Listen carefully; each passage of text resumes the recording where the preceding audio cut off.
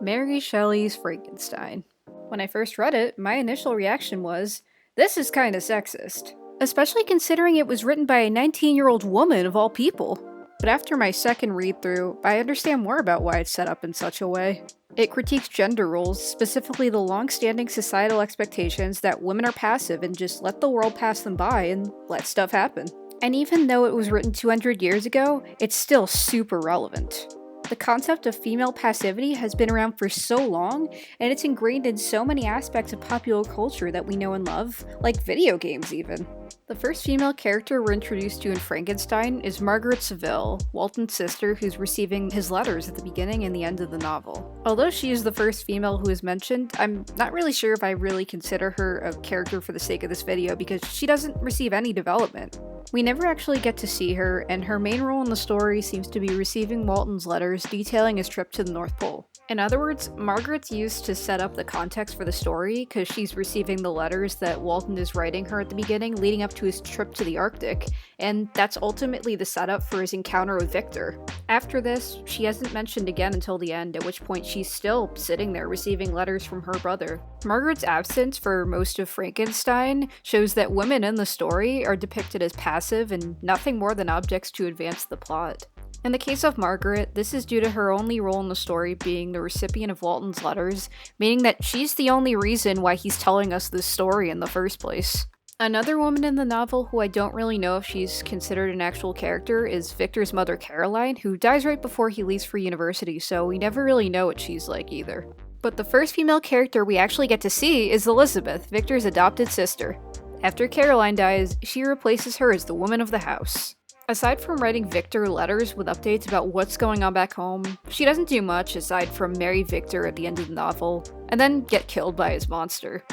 Even that seemed to be more Victor's decision than Elizabeth's, considering how Victor is the one who always talks about how much he loves her.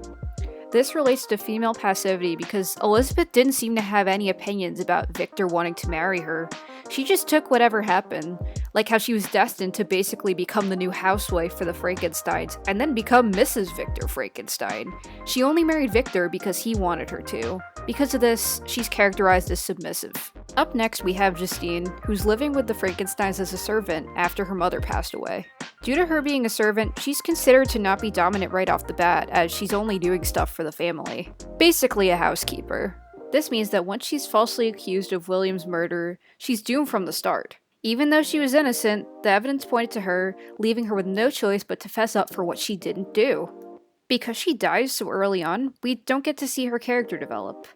But what happened in the courtroom suggests that she's just kinda going with the flow and not really thinking for herself. She just takes the blame because she knows that no one else will and that speaking up is useless. Something recent that comes to mind when I think of female passivity is Sit Still Look Pretty by Dea, which is a super empowering song that encourages girls and women to chase after their dreams, and saying that they don't need to sit there and watch the world pass them by, which is exactly what the women in Frankenstein are portrayed as doing.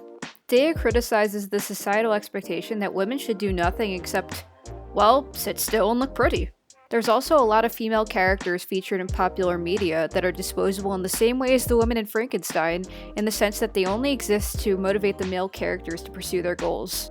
As a result, they receive little to no character development, like the damsel in distress character type, one of the oldest, most well-known tropes in fiction. One example of a damsel in distress in popular culture is Princess Peach from the Super Mario video games. In almost every single game in the series, Peach is kidnapped by the evil Bowser, leaving it up to Mario to get to the castle and rescue her.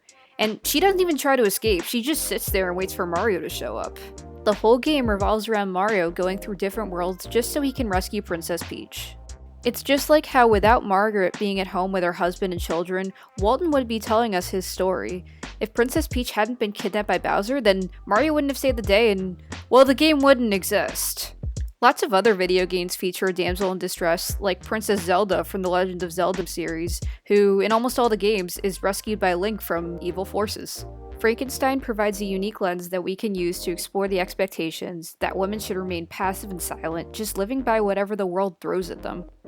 And when we compare it to other stuff in popular culture, it actually makes a lot of sense because the female characters in Frankenstein seem to have quite a few things in common with modern female characters.